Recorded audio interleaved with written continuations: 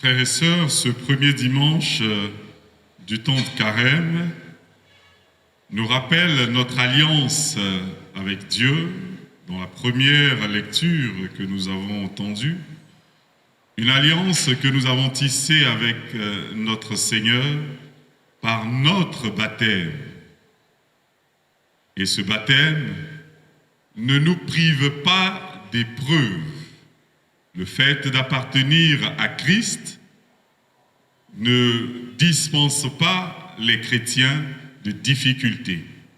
D'où la tentation du Christ au désert et le fait qu'il soit poussé par l'Esprit Saint dans l'Évangile. Voici que moi, j'établis mon alliance avec vous, avec votre descendance auprès de vous. Cette alliance, elle se fait par le baptême. C'est par le baptême que nous devenons enfants de Dieu, par le baptême que nous entrons dans la famille de Dieu. Voilà pourquoi le temps de Carême est le temps par excellence pour la préparation des catéchumènes à recevoir le baptême à la nuit de Pâques, à recevoir également le baptême pour les jeunes dans le temps pascal. C'est le baptême qui nous sauve. C'est le baptême qui est la porte de tous les sacrements. Sans le baptême, impossible de recevoir l'Eucharistie. Sans le baptême, impossible de recevoir la confirmation. Sans le baptême, impossible de se confesser. Sans le baptême, impossible de recevoir le sacrement de mariage. Sans le baptême, impossible de recevoir le sacrement de l'ordre. Le baptême est donc la porte de tous les sacrements. Et nous devons accorder une grande importance à ce beau sacrement. Ne pas rester indifférent, vivre dans l'Église catholique comme sympathisant, sans recevoir le baptême. Beaucoup s'attachent aux sacramentaux, tels que les cendres. Les cendres ne nous sauvent pas, mais le baptême si. L'eau du baptême nous sauve. Dans nos villages, les fidèles aiment bien recevoir l'eau bénite. Mon père, ça ne m'a pas mouillé. Il vaut mieux être mouillé par l'eau du baptême que l'eau bénite. Il vaut mieux administrer le baptême à son enfant que de tirer l'enfant pour venir recevoir la cendre le mercredi des cendres. On a des moments qui viennent avec tout un bataillon. Elle reçoit sur son front, les enfants aussi, passe ici, et toi aussi, passe ici. C'est beau. Mais recevoir la cendre, ce n'est pas une fiche d'identification pour dire que voici ceux officiellement qui entrent en carême dans l'Église. Les sacrements, l'importance des sacrements. Recevoir le sacrement, recevoir le baptême, ne veut pas dire que nous n'allons pas avoir d'épreuves. L'Évangile nous dit, après avoir reçu son baptême, le Seigneur a été poussé au désert. Mais Marc est encore plein de pudeur lorsqu'il traduit le grec en disant poussé. Le grec dit, il a été chassé au désert.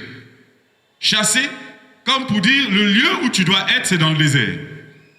Le lieu où nous devons être dans le temps de carême, c'est le désert. Nous sommes donc invités à quitter le monde pour vivre ce temps de pèlerinage dans le désert. Le désert, c'est le lieu d'un cœur à cœur avec Dieu.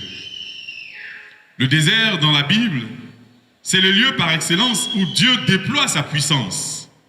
C'est dans le désert que s'est accompli le plus grand miracle en séparant les eaux de la mer Rouge. C'est dans le désert que le peuple juif a reçu la loi de Dieu. C'est dans le désert que le prophète Élie a expérimenté la providence divine. C'est dans le désert que le plus grand des prophètes a vécu, Jean-Baptiste. Alors, le désert n'est pas un lieu de souffrance, mais le désert est un lieu de rencontre avec Dieu, est un cœur à cœur. Dans le beau jardin d'Éden, Adam et Ève se sont laissés séduire par le diable. Dans le désert, le Christ a vaincu le diable. Et souvent, dans nos conforts, nous oublions Dieu. Dieu a donc besoin de jeter dans nos vies des déserts pour que nous puissions nous rapprocher de lui. Ainsi, le temps de carême est pour chaque chrétien un temps de désert. S'offrir des temps de désert veut dire s'offrir des retraites, s'offrir des temps de méditation personnelle, d'un cœur à cœur, des temps d'adoration au Saint-Sacrement. Voici nos déserts. L'évangile de Marc nous rassure que le Seigneur nous rejoint dans nos différents déserts, là où vivent les bêtes sauvages. Dans nos vies, nous vivons comme des bêtes sauvages, dans les couples, qui vivent comme dans un désert, seuls, parce qu'absence de conjoint, dans un désert parce qu'absence de sentiments. Il y a plein de bêtes sauvages que nous devons évangéliser. Des paroles blessantes, l'arrogance, le manque de pardon. Toutes ces bêtes sauvages doivent aussi être sauvées. Et le Seigneur entre dans le désert en accomplissant cette prophétie d'Isaïe qui disait que l'ours pourra donc jouer avec le bébé. Tous ces animaux sauvages pourront être ensemble. Et c'est au désert que cela commence. Souvenez-vous, frères et sœurs, que c'est dans nos déserts que nous avons approfondi notre foi en Dieu, dans nos difficultés. Un couple a pu solidifier sa relation en passant par des déserts. Le désert n'est donc pas une forme de malédiction. Nous ne devons pas croire que parce que nous sommes baptisés, nous ne devons pas souffrir. Souvent, l'épreuve est faite pour tester la qualité de notre foi. C'est l'Esprit Saint qui est l'initiateur de ce geste qu'accomplit le Christ, poussé par l'Esprit au désert.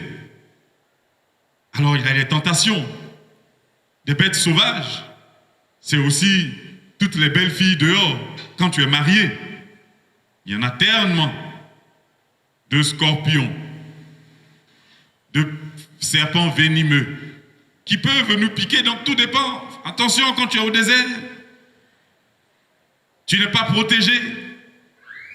L'utilité donc de marcher avec Jésus. La difficulté des couples, c'est de vouloir faire route à part. Il faut avoir avec vous l'Esprit Saint. Ce temps donc de carême, ce temps de désert auquel l'Église nous invite, c'est pour notre conversion. Convertissez-vous, car le règne de Dieu est proche. La conversion ne concerne pas seulement vous, laïcs. Saint Bernard de Clairvaux disait ceci: il est plus facile d'annoncer l'évangile à un païen que de convertir un croyant, parce qu'il croit tout connaître. Vous, couple, vous aussi, vous avez besoin d'une conversion. Revenir à votre amour premier, changer le regard que vous avez sur votre conjoint et avoir un regard de miséricorde.